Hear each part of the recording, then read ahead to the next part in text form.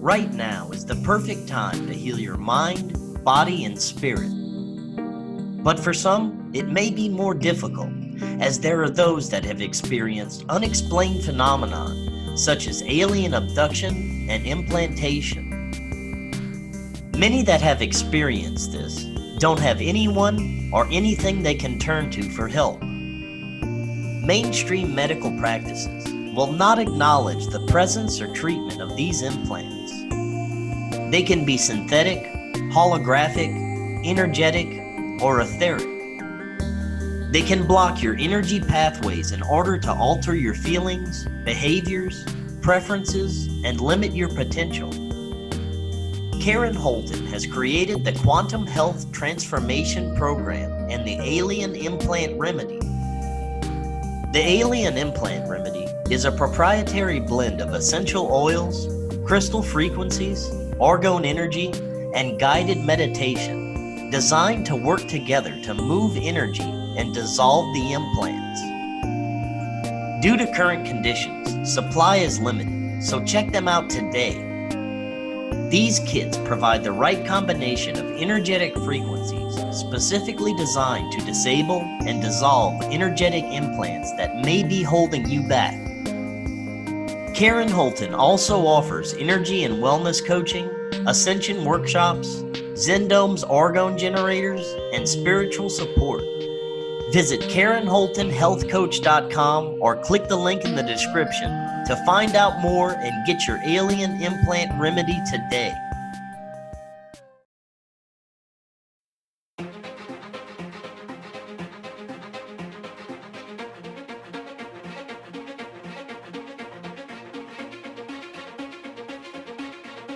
Welcome back to Forbidden Knowledge News. I'm your host, Chris Matthew. Tonight I want to welcome the superintendent, the manager, and the chief of security at the Skinwalker Ranch, Thomas Winterton, Jim Morse, and Bryant Arnold. Gentlemen, how are y'all tonight?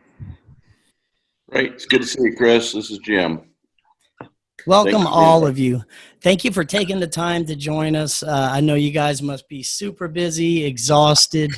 But I am so excited because for me, Skinwalker Ranch is one of the most fascinating places in the world. I mean, from anomalous lights and UFOs to strange creatures, electromagnetic phenomenon, and a whole host of other strange occurrences. And tonight we're going to discuss not only the new History Channel series, The Secret of Skinwalker Ranch, but I'd like to get some of your personal insights and experiences, or at least as much as you can talk about. First, I'd like to start with a little bit about each of your backgrounds and what got you involved with the ranch. And we'll just go in the order of Thomas, Bryant, and then Jim. So let's start with Thomas. Well, my involvement with the ranch actually began with Jim. I owned a small motel, and Jim happened to stay in it on his way out to the ranch when Brandon first purchased the ranch. And we struck up a conversation and found out that I was a general contractor here in Utah, and so he asked me if I would come out and do a property inspection for them. And there was a lot of disrepair in the facilities and some work that needed to be done, so I assisted them with getting that done, and then Brandon asked me if I would just stay on and continue to run the ranch as a superintendent. Hey, and Bryant. So I've known Brandon for the better part of probably 28 years. We met when we were young teenagers, and I've just been a friend and confidant of Brandon's for a long, long time. And, you know, he just trusts me, and I have some of the skill sets that he's looking for somebody that heads up the security efforts at the ranch. And so when he purchased it, he asked if I would come out and oversee some of that, and it's just kind of morphed into what it is. But yeah, my history with Brandon is long, and he's trusted me and known me for a long, long time. And for him, that's the most important thing, is trust and loyalty. Very good. And Jim. Thanks, Chris. I have known Brandon for in excess of 20 years. As I tell people, what I do for a day job is real estate development. If you're familiar with Salt Lake City, we developed the towers at Southtown, which was a culmination of hotels and Class A office buildings. And I was one of Brandon's clients, and I'd like to think over the years we established a trust level to the point that he allowed me to go out to the ranch. And I've always had a real interest in the Native American culture. And so going out to the reservation or the basin out there, it was a natural. And what's come out of that is obviously the close relationships that I've got with Tom Winterton and Bryant. And it's been a real joy to get out there and get acquainted not only with the community, but to associate with some of the Ute members of the tribe. So, yeah, as Brandon always says, we're just getting warmed up. Now, the name of the ranch, Skinwalker, it gets its turn from a supernatural Native American myth of supposedly the Navajo that possibly may have even cursed the area to have it be affecting things the way it is now. Is that your understanding of the history of the land? Yes. There's the lore of the Skinwalker or the shapeshifter. And as you alluded to, back in the middle 1800s, there was a skirmish, obviously, that went on between the Navajo and the Ute. And good or bad, all these tribes don't get along. And the Ute at that time utilized a lot of the Navajos as slaves. And that's where it came into the curse. The Navajos cursed this particular piece of property, this easement. Now we call the Skinwalker Ranch. And Thomas, do you have anything that to add to possibly any of the history or lore of the ranch?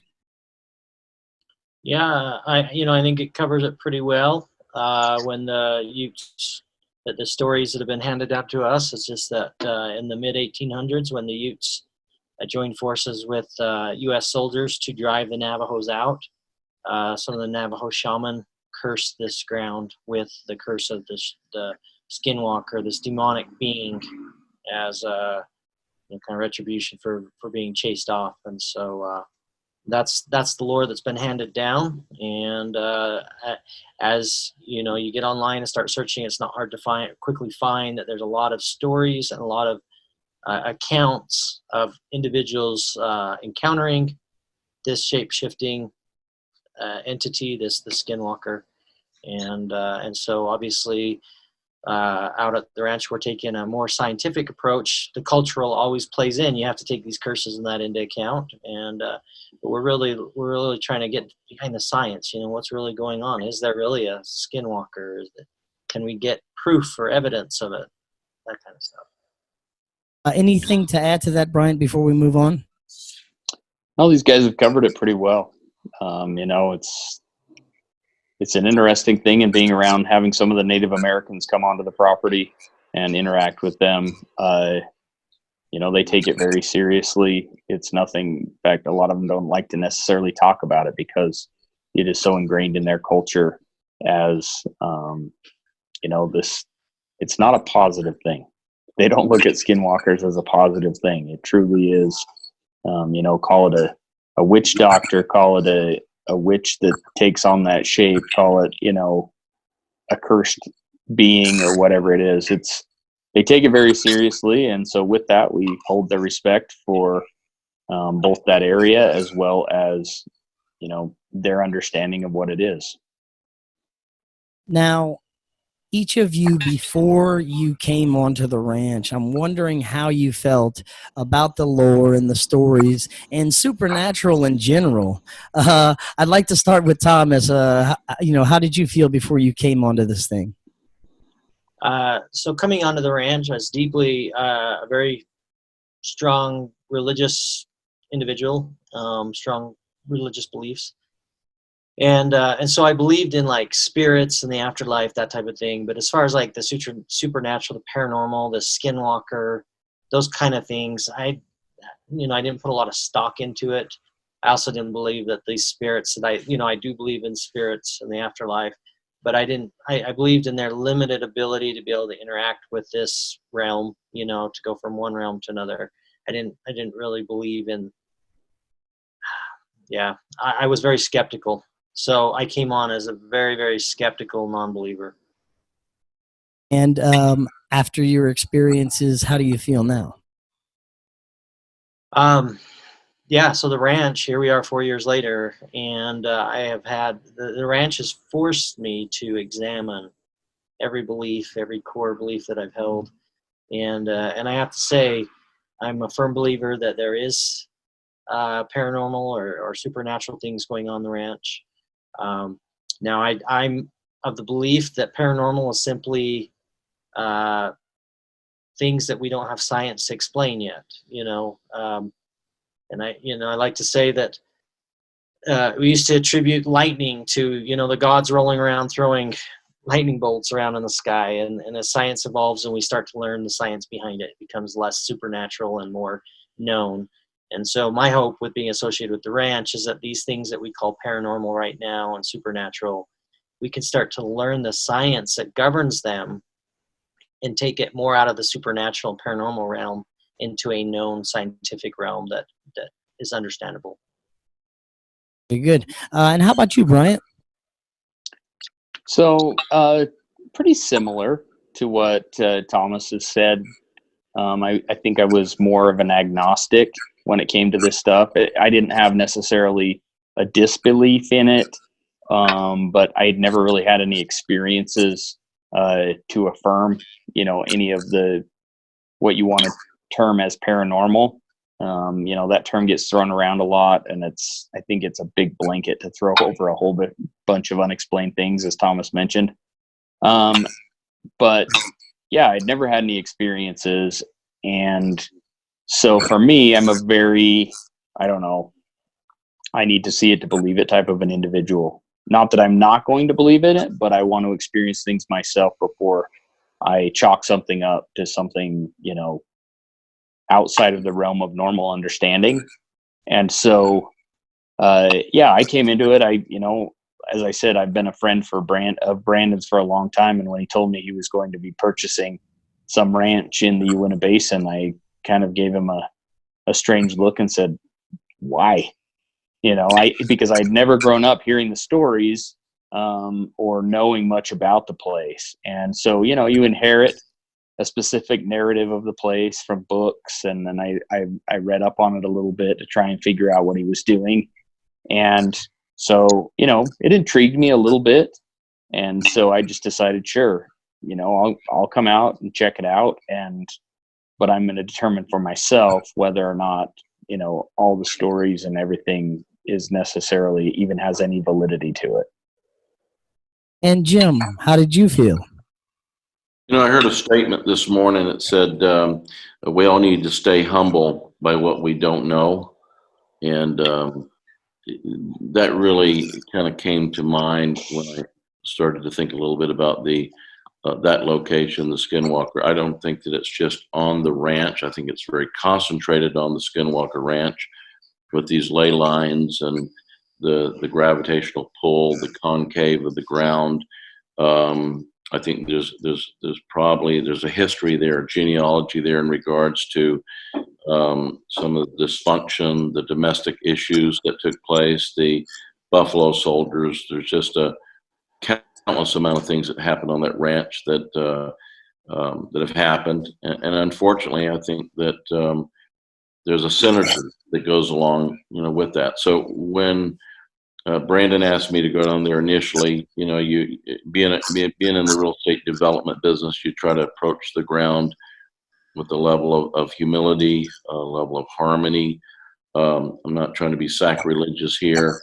I've never really gotten into organized religions, but I'd like to think that I'm reasonably spiritual. You pick up a frequency between two people when they meet. I feel the same way about the property, the ground. And so I go in there with a prayer, a level of respect. I try to embrace it as if it's alive. And So I try to embrace that ground with a level of reverence. I haven't gotten into all the episodes. A lot of it, from what I'm hearing, is a lot of the science. But I was told yesterday that one of our good friends, one of the native medicine practitioners, went up there and prayed over the ground, which was pleasing to hear. But I'm excited about the association with the family, we call it. So I'm very open, but I do believe that there's a level of spirit out there that is watching us and how we handle and how we approach the property. So I'm pretty humble about it, to be honest with you, Chris. One of the strange anomalies that occurs there is the electromagnetic anomalies and how it affects electronics and technology. Now, Travis Taylor, an aerospace engineer, was brought in to help with research all this. And in one of the first episodes, you were looking at some electromagnetic anomalies. Now, I'm wondering, now you were talking about how often this happens, but I'm wondering really how often does this happen, and how much equipment have you lost over these electromagnetic anomalies? Let's start with you, Thomas.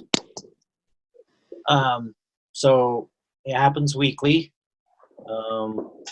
There's not a single week that I'm on there that at least once or twice during the week I do not have some type of problems with electronics, whether it be my phone. Last week I headed over to Homestead 2, had 96% battery on my phone, and within 2 minutes it had drained and turned itself off. That's a significant power drop. We're constantly battling. I mean, just in the last week, you're trying to figure out, why is this camera turning itself on and off? Why when the other 7 cameras are running just fine, do we have one persists and turning itself off? And the thing that drives you crazy is it usually lines up with the most inopportune times. And I've seen this on the ranch. I've seen this in my house. I was explaining today to some people, I think it was online. I lose track now. I can't keep track of all this. But, you know, people question, they see the show, and like when we have that drone out there, that thermographic drone, $35,000 drone that won't connect and go up. And then you see the criticism of, well, the network's drone was up filming that. Well, you know, I believe it was last week when we saw Caleb's phone going crazy on the episode. That was real. We caught that in the moment. That was not reenacted. That was on the spot. His phone starts going crazy. Well, anytime that happens, the rest of us check, you know, is my phone doing that? And we check our instruments, and it doesn't affect all of the equipment the same. It doesn't. You can have we have clusters of cameras out there on the ranch, and you can have, you know, there's some places we have as many as 8 or 9 cameras clustered together, and it will it's not just one camera. It's not like we have a faulty camera that's got a loose ground in it somewhere. You know, today it's camera number 7, and in a couple days we're having problems with camera number 9, and it's camera number 1, and the other cameras are running fine. So it's a ongoing basis. It happens weekly on a regular basis. But that being said, it's transient. It comes and goes, and you know, we measure it, then we don't. So that seems to be the story of the ranch. Any strange experiences for you, Bryant, or anything to add to that? Yeah, I mean, it's not just necessarily, you know, like small electronic equipment. Tom will attest to the fact that we lose batteries on our big equipment all the time. We're talking big car batteries, UTV batteries, things like that. Inexplicably, will just one day it runs fine, cranks right up. The next day it's dead as a doorknob, and you can put a charger on it and it won't even hold the charge anymore, and you have to replace the battery from it. We've all had experiences with our own personal electronic devices, phones, things of that nature, where much the same as he mentioned, you'll have a full charge, and within minutes, your phone will turn off and it shows 0 battery, turn off. And then there's other times where it will do that, but it's almost like it's tricking your phone to think that it doesn't have any battery, because then finally you plug it back in and turn it on and it shows that you've still got 100%. It's all kinds of crazy stuff. That's the thing that's frustrating about the ranch, is just when you think, okay, maybe I've got this pinpointed to one particular thing, then something else happens.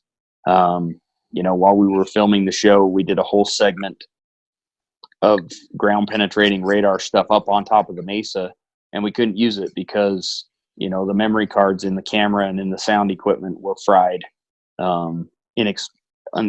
without explanation. And so, yeah, it's day to day, it's every single day, it seems like, and it moves around. One part of the ranch may be fine, another part may not. So yes, I think the electromagnetic phenomenon is one of the main things that has had us perplexed since day one when we walked on the property. And what are your thoughts on it, Jim? Pretty much the same as Tom and Bryant. It's very random. I know personally I've been out there, the ranch card, which is a GMC Denali. I can remember about ready to leave one evening, and all the filaments, the lights blow out in the car. You take it back to the dealership, Jerry Ziner down here, and they go, I've never seen anything like this. And I'm not trying to prefabricate. This is not a figment of our imagination. This is reality. You see compasses, they get very disoriented, batteries that are drained. And you get people on there and they think that all of a sudden the boogeyman's going to come out, because they're there. But again, I can tell you, and I've witnessed situations where people have come on the ranch and then days or weeks later, all of a sudden they're haunted. And so, call it hitchhikers. I always tell people, when you're going on the ranch, try to clear your mind, try to be as transparent as you can. Try not to go onto the ranch with a lot of excess baggage. If you're going through some personal issues, whether it be worry or emotional challenges we all have right now with this COVID-19, but if you can leave it at the gate and try to be very clear with yourself, it'll weigh a lot better on you, if not now, but later. So I walk into that ranch each and every time I have the opportunity to be on it. Try to be as clear as I can. Try not to be in judgment. Embrace it with a level of harmony. And again, treat people like you want to be treated. That ground's the same way. Now, one of my favorite topics here on my show is UFO activity and anomalous lights in the sky, and that's one of the most prevalent activity there as well. I'm wondering how much has the UFO activity increased any since you've started doing the research there? And the second part is, how much of it do you think could possibly just be military activity? I'll start with you, Thomas.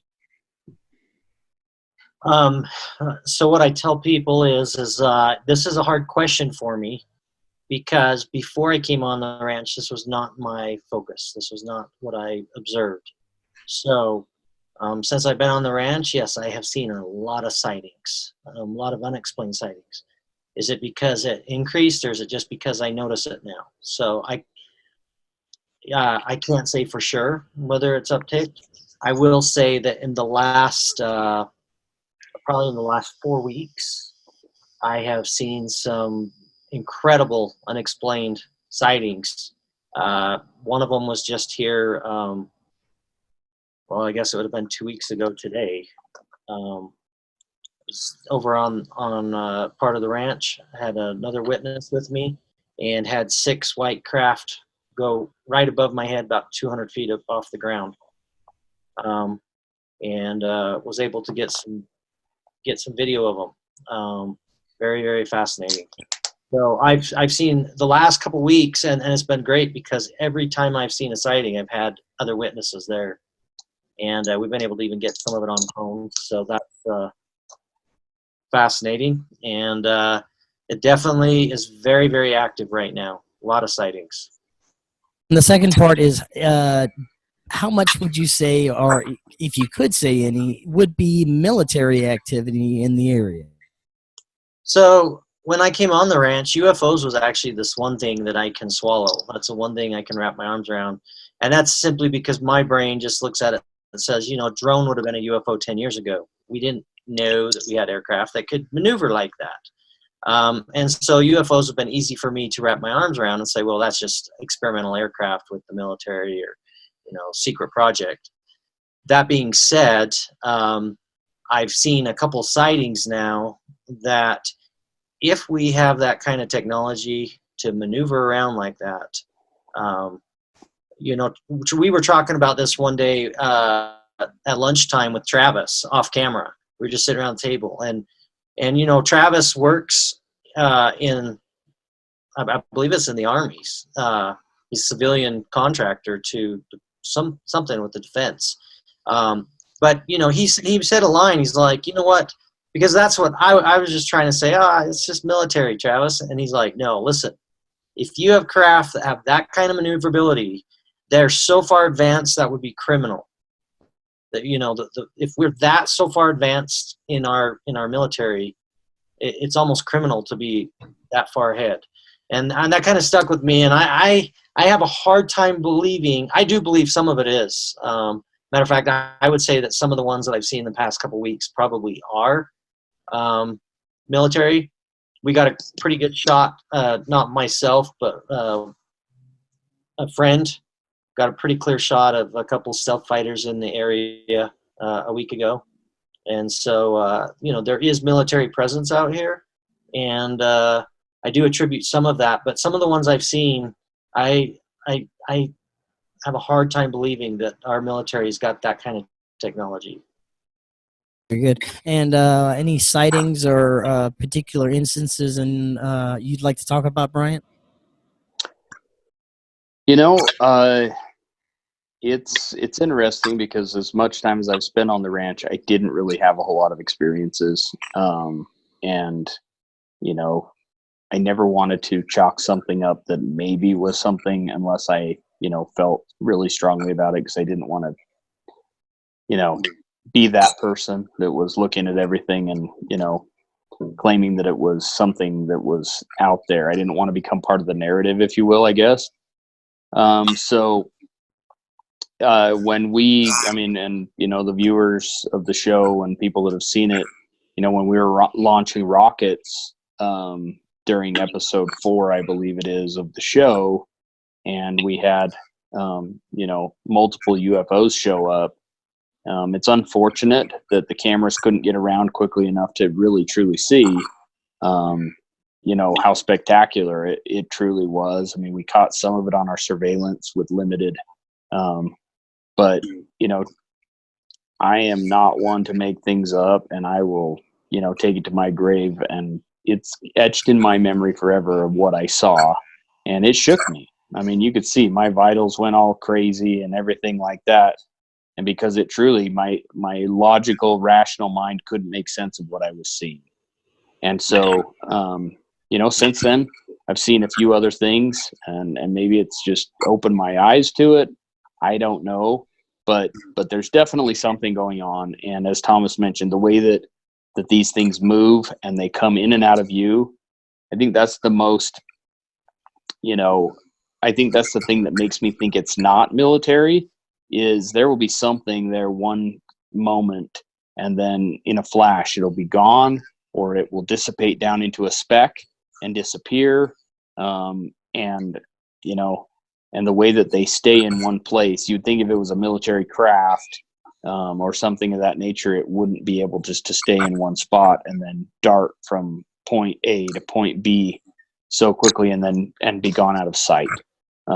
So I agree with Tom, though, in the fact that there is a big military presence, and I think some of, you know, the things that we do see may be attributed to that, but I know that there are other things in that area that cannot be chalked up to just a military presence unless they have got the wool pulled over all of our eyes with what with the technology that they have. Oh, that's fascinating. What are your thoughts on that, Jim? Well, I was out there that day. I wasn't out there on the helicopter pad where they were launching. That was part of the science of it. I was in the front yard when several of the producer and several of the camera people came running around the front, just overwhelmed. Can't believe we've caught this on camera. I am personally an experience for myself. I've been in and out of Area 51 many times. I've sat on the military advisory board with the state of Utah with Senator Jake Garn. I know what I have seen personally. And so this stuff that Bryant and Tom are talking about is, again, not a figment of anybody's imagination. That's caught on camera. I'm one of the guys that was out there one evening and saw those red eyes, as we've talked about, that as far as I'm concerned, is not from this earth. It wasn't a mountain lion. It wasn't a big owl. It was something that made me quake to the point that I wasn't willing to approach it. And, my prior life was a military police officer. There's things on that ranch that make me think twice. It's, as I've said before, it's not for the faint of heart. But this is not scripted. This is a reality. I've worked with Tom and Bryant for years. They're not trying to play movie star here. This is real stuff. Now, the very first scene on the first episode involved a cattle mutilation. The animal lying there very stiffly on the floor, and everyone, kind of being told to stay away in case of radioactivity. I'm wondering how often does this happen? Have you lost a lot of animals, and have you gained any type of explanation at all as to what could be occurring with these animal mutilations? Let's start with Thomas. So the answer to that is we've had cattle on that. Well, last year would have been the third year that we've had the ranch and brought cattle onto it to graze. The cow that you saw in that first episode is the first loss that we have had on the ranch. So I'm not aware of any other cattle dying during their time on the ranch. It looks like from the teasers I saw last night that'll be addressed more in the next episodes. So probably have to be limited in what I could say about what we have found out. But it's just like anything that happens on the ranch. The part that drives you crazy on the ranch is there's so many little things that take place that can just be chalked up to pure coincidence. So I can tell you, living out here in the basin, having grown up on the farm and being around, my father-in-law runs about 300 head of cattle, and so I have lots of exposure to them. Cows die. That's part of ranching. Any rancher loses loss of life. So out at the ranch, it becomes what you see there is it's unlike the other farmers. When we lose an animal, we really need to investigate, dive down and say, was this just natural causes? That happens sometimes. Or was there something more sinister behind this? And so, on the ranch, every little thing that happens, sometimes things that seem like coincidence, that as you start to map them out and as you start to keep a log and keep track and you start to dive down in the details, things that appear harmless on the surface start to take a different form when you start looking at the big picture. So, it'll be interesting to see. I'm watching these episodes with you guys. Obviously, I was there. I know the behind the scenes stuff, but it's always interesting to see Hollywood's, the editor's take on this and how they piece it together. So it'll be interesting to watch. Now, I'd like to talk a little bit about some of your personal experiences, possibly some of the most profound that you can talk about so far. Now, Thomas, I do want to get to your head injury because that's very profound. But besides that, I also heard you talking on an interview about disembodied voices that really got to you. Could you talk a little bit about that? And has that happened more than once? And what are the these voices telling you? Yeah, so I've heard this particular, we'll call it disembodied voice. I'll go with that. The first time it happened, I couldn't be sure whether it was an audible voice or an internal voice I was just hearing in my head. The circumstances allowed for it to probably be either. I know that it was a very clear voice, very clear command, and that command was telling me not to go any further as I was driving across the ranch. The second time that I had that experience was in the exact same location on the ranch. This time, the circumstances would not have permitted for that to be inaudible because of the noise of the equipment. I had my earbuds in listening to an audiobook. Just because of the environment, you could have been standing 2 feet away from me and shouted, and I probably couldn't have heard you. And so I know for a fact that one was internal. And then I was there in the command center, and I actually happened to have my wife with me that night. That was one of those strange circumstances where some of the cameras took themselves down. Eric notified me that we were having some fishy things happen, some strange things happening with the cameras. It was about midnight, so I grabbed my wife and said, "You're coming with me." And we went out there.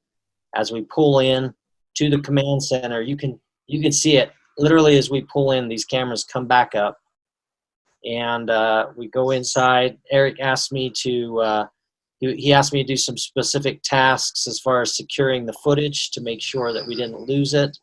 The logs as to whether we'd been hacked or there was files, whatever it might be. And while we were in the process of doing that, we heard several. That night, we heard someone run across what used to be, we called it Bigelow's bedroom. It's now the control center, the command room that you see on television. We heard, it sounded like somebody stomped across the room in there, and then we heard someone slam. I say someone, that's my terminology. We heard a noise in the back bedroom across on the other side that sounded like a cord being slammed against the wall. Very, very loud. And then the final straw was we were sitting there at the computer trying to get things to load, and we both heard the exact voice that told us we needed to leave immediately.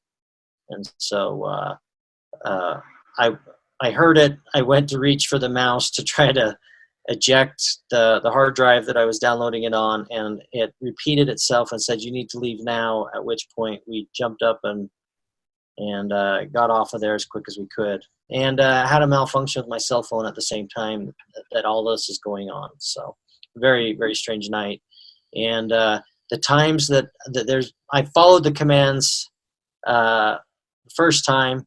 The second time I ignored it, and I continued to drive further onto the ranch, and it came accompanied with a feeling of terror that they're not words to describe.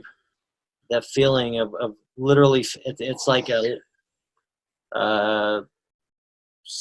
some type of psychological effect. I mean, I was shaking so bad I could barely control myself, and continued to shake with this terror for some time after I got off the ranch. And so it is very real, and heard it there again. Don't know how to explain it. Wow, that's insane. What about you, Brian? Any disembodied voices or other profound experiences you'd like to share? I haven't necessarily heard the voices like Thomas has. And for the longest time, I used to joke that the ranch either didn't like me or it liked me a lot, because I'd be out there and not have any experiences, and then I'd leave for a day and all kinds of crazy stuff would happen. But one of the experiences that I can talk about, and there's a couple, but I'm not sure if, they're going to play into the series, so I apologize. But one of the experiences that I had was I was, when I'm on duty out there, I sleep in the command center, and I was there with Caleb, our other security guard that you've probably seen, and we were in separate bedrooms, and I was laying there trying to go to sleep, and I think I was reading a book on my phone, and it was as if, and we were the only ones in the building, and it was as if someone came up and kneed the side of my bed. and it shook and jostled the whole thing. I mean, if you have children and they've come and crammed into the side of your bed, it's infuriating, and it shook the entire bed. When it startled me, and so I got up and I walked in the other room and asked Caleb, and I said, were you up moving around or anything? And he looked at me like, no, I'm just laying here. And so I told him, I relayed the story to him that, something had physically shaken my bed to the point where, it jostled me, and it startled me quite a bit. And so I thought, well, chalk it up to just nothing. And I went back and laid down again. And maybe 5 minutes later, Caleb came walking in, and he's a big guy. This is a big Marine burly dude, and his eyes were like the size of golf balls. And he looked at me and he's like, the same thing just happened to my bed. What in the world is going on? And so, it wasn't anything crazy. It frightened me, certainly. It was a rough night to sleep after having that happen, knowing that it wasn't just in my mind, but it happened to both of us. So things like that. And there's been times where I've been around different parts of the property, and all the hair on my body will just stand on end, and I'll get the most ominous feeling of just, call it just a primal instinct to get out of that area as quickly as possible, because it's almost like an impending, bad thing is going to happen. And then there's other times where I get the opposite feeling, an overwhelming just feeling of comfort, and I feel so good. My father passed 21 years ago, and I've told dozens of people, Skinwalker Ranch is the place on earth where I feel the closest to my late father than anywhere else. I feel his presence. I feel a closeness there. I can't describe it. I don't know what it is, but for the longest time, I just, never had anything. And now I constantly feel, somewhat of his presence. So, there's some other things that have happened. Again, I wish I could share more with you, and maybe, in a future date, if you'll have me back, I can. But there's definitely things at work, and I'll just say there's only a certain number of people that I trust as much as I do Tom and Jim and, our ranch family. And I can tell you, these guys are not the types to make this sort of stuff up. I've spoken with Tom, and I've seen Tom after he's had experiences, and there's no doubting the things that he's seen and felt, and I can tell you, I'll take it to my grave again, like I said with the UFO experience, that there is no disputing what I've seen and what I've felt, and I'll stand up to, I'll take a lie detector test if I have to. But it's real. There's real stuff. That is crazy. And Jim, any experiences you would like to share? Well, as I've always said, that ranch is not for the faint of heart. I coming out of the tail end of Vietnam, I worked with canines and military police officers, and they would put us. My last duty station was in Denver-Lowry Air Force Base, and we had areas out there where you needed a top secret clearance, and ammo dumps, and 959 building, nuclear weapons, and for whatever reason, you deal with it. Maybe it was through age or whatever, but the rest of the story and the reality of that ranch, it's got a certain frequency of vibration that you can actually be out there on what I call the Pope Mobile, riding around, and I can actually feel a frequency in my sinuses where it's as if something is pushing on me. But I probably haven't had the experiences that Bryant and Thomas have had, but there's definitely a level of respect I have for that ranch. Now, I'd like to talk a bit about some of the injuries that have been experienced, starting with Thomas's head injury. It is one of the most terrifying and fascinating things I've seen at the same time. Thomas, if you could tell us a little bit about how that happened. I know you were digging, and then what happened after that? Well, so the interesting thing is that my injury occurred during a time period for which I was doing some pretty extensive excavating on the ranch, actually changing the topography of some of it. I was building some trails so that Bryant and Caleb and the security team could quickly access some of the areas of the ranch that were previously only accessible on foot. And so I was doing some extensive, it wasn't digging fence holes or irrigation ditches. It was using equipment. It was scarring the land. It was pretty extensive. And during this time period, yes, now my injury started actually on a day that I had not been on the ranch. Talking with Dr. Segala, though, from the investigative part of my injury, it's an injury that would have taken time for those symptoms to start to manifest. It's not something that just was, instant and, not like getting shot in the back of the head. And it was something that started, it's easy for me to remember because it started on my birthday. And I went to bed that night and I just had a sore spot on the back of my head. Very similar to what you'd experienced with a bruise. It was just tender to the touch. And when I laid my head back in the pillow, I felt it. I thought, that's strange. And when I woke up Sunday morning, the following morning, that spot had swollen up to where it felt like a pretty good goose egg. And then over the course of the next couple of days, through some very traumatic physical injuries and then also some psychological injuries that I haven't spoken about publicly yet. I'm not after getting a little taste of the public on social media. While most people are wonderful and great, there's also a lot of those that I'm just not really public with a lot of my injury. But I suffered some deep physical things. It got to the point that by Tuesday, my scalp had completely detached from my skull, and really the only thing that was still attached was just right here around my mouth, up around my eyes. But it even come down underneath my, under my eyebrows here and detached, and it was just completely swollen. And it was a scary time, very, very traumatic. My doctors didn't know what was going on. We ran almost 4 dozen different tests trying to, limit. We were able to rule out bug bites. We were able to rule out any kind of trauma. There's no damage to the tissue and that would accompany a traumatic head injury. And then every test they ran, my doctor would come in and shake his head and say, "You're the healthiest sick person I've ever met." So, they're very baffled by it. And there is a still ongoing investigation about it?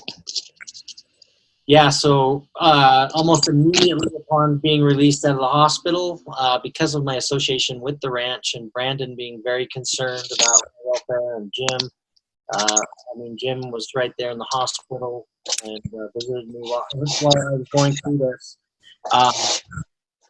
But because of my association with the ranch, my injury caught the attention of a lot of different individuals, and I was quickly approached by individuals that are familiar with this space, and neurologists and individuals that have various backgrounds. And investigation started almost immediately. And since then, I have taken more MRIs and CAT scans and X-rays and lab tests than I can even begin to remember. And so it does continue to this day. They're still trying to understand what took place. And it may be something that is going to be ongoing, and we may have to add pieces of the puzzle as they come available, either through other injuries or better science. I don't know. But yeah, it is still ongoing. Now, Bryant, in the first episode, you were warning against the dangers of digging. Could you talk a little bit about that, and if there has been any other injuries or strange events surrounding digging in the area? Yeah, so I got beat up pretty good.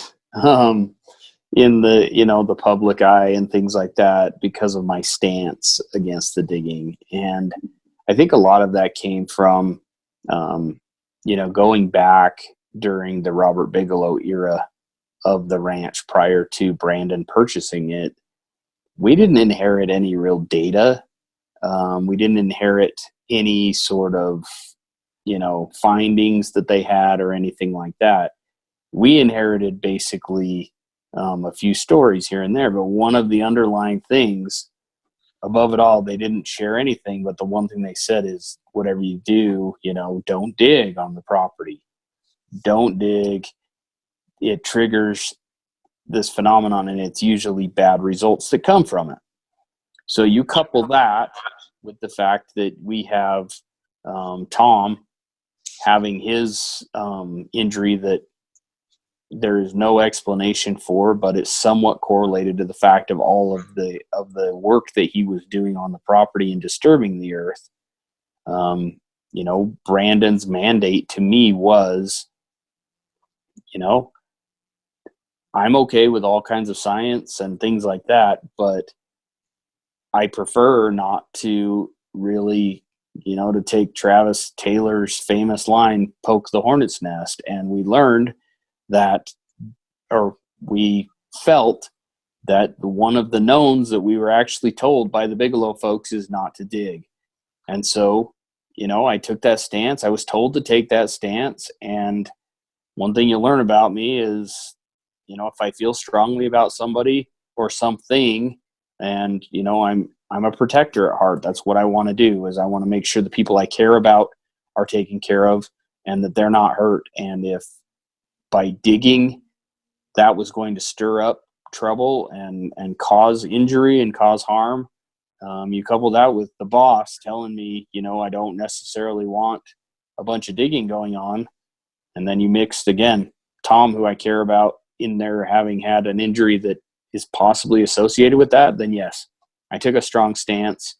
And, I don't know. Again, we didn't inherit a lot of what happened during the Bigelow era when they performed those types of experiments. And so it was a warning. And because we had so little to go on and we knew so little about the place, that definitely was a stance that we were going to take. And, I was somewhat, I guess I felt justified in my stance when we had Larry Sespooch, our Native American friend that Jim was able to introduce us to, come out. And he talked about the dangers of disturbing the earth and stirring up things, and that you need to do that with reverence and, all that different kind of stuff. So, I took a beating. I still take a beating when it comes to the digging thing, but I'm not sorry for it, because the last thing I would have felt even worse had someone been injured or gotten hurt because of an activity that I went ahead and just said, yeah, sure, go ahead and do it. And Jim, what are your thoughts about digging in the area? Well, I was obviously there when Tom went through what he went through. It was pretty profound. It hit very close to home. I witnessed it. I've been around friendly fire and a few things, being a military police officer, witnessing, and as Brian has said, we're family. So I take this very, very personal. As far as the digging on it, I know that as far as title, there's on title was supposed to be digging. I didn't know if it was associated because it was a burial ground or whatever. But the reality of it is I have to back Bryant 110%. That was the feedback that he got from Fugel, and so you want to respect that. That's what he does. But I walk very reverently on that ground out there. I don't take it for granted. So, I'm here at this point at a crossroads, basically following the lead of Bryant. So yeah.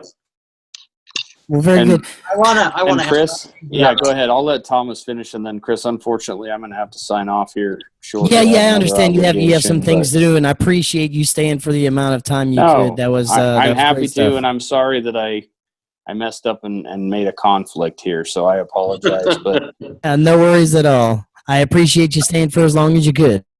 Well, and on that, I've got a low battery that I'm dealing with over here, and so we're going to try to see if we can hook in here for a second. But it's always a treat, Chris, personally, to be with you and to exchange thoughts and ideas. And anytime I can.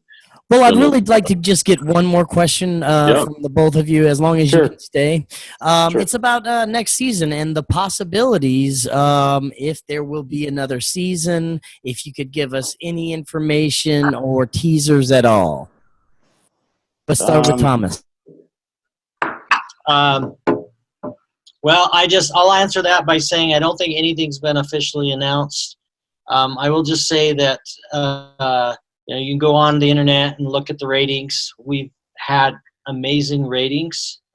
We've had some very loyal viewers that tune in every week, and so the networks are obviously looking to air those shows that are bringing the ratings, and so it would just stand to reason that I think they're happy with what we've done, and hopefully we can continue to take everybody on the journey with us. So science is going to continue whether the show does or not, and hopefully we can bring people along with us through this medium. Very good. Any final words, Bryant, before you head out? No. Thank you again. And, to echo Thomas's sentiments, we're going to be working on that ranch, long after anything of like this, television production, whatever it is. And we hope that, this provides a forum for, people to see some of the insights there. It's an interesting place that we've barely scratched the surface on trying to understand.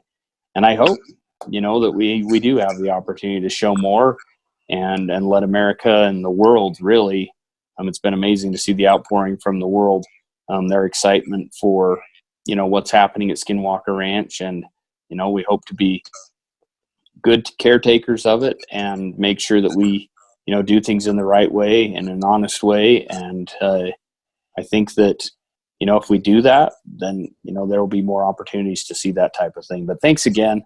Again, I'm happy to come on again. You're always great.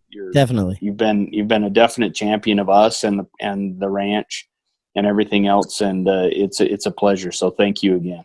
Yeah, we'll definitely do it again. Thanks for coming on. All right, you bet. And Jim, what are your final thoughts for the night? I'll tell you, it's a moving target out there. The reality of it is as I've said, the word random comes up. I don't think you can go out there and premeditate what's going to happen. It just happens. But it's definitely a crossroads.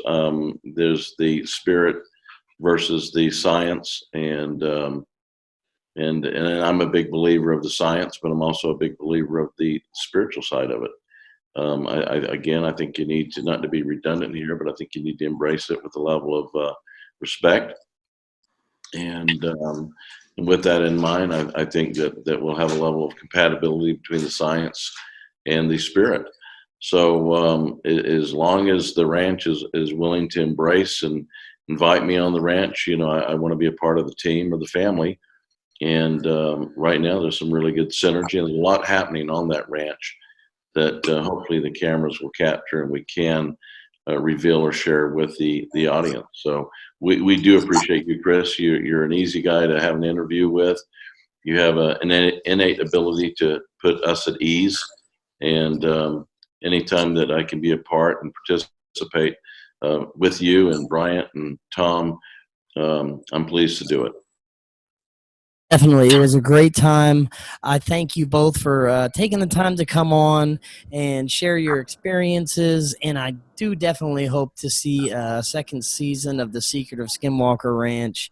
Gentlemen, thank you again, and you have an excellent rest of your night. Thank you so much. Thanks, guys.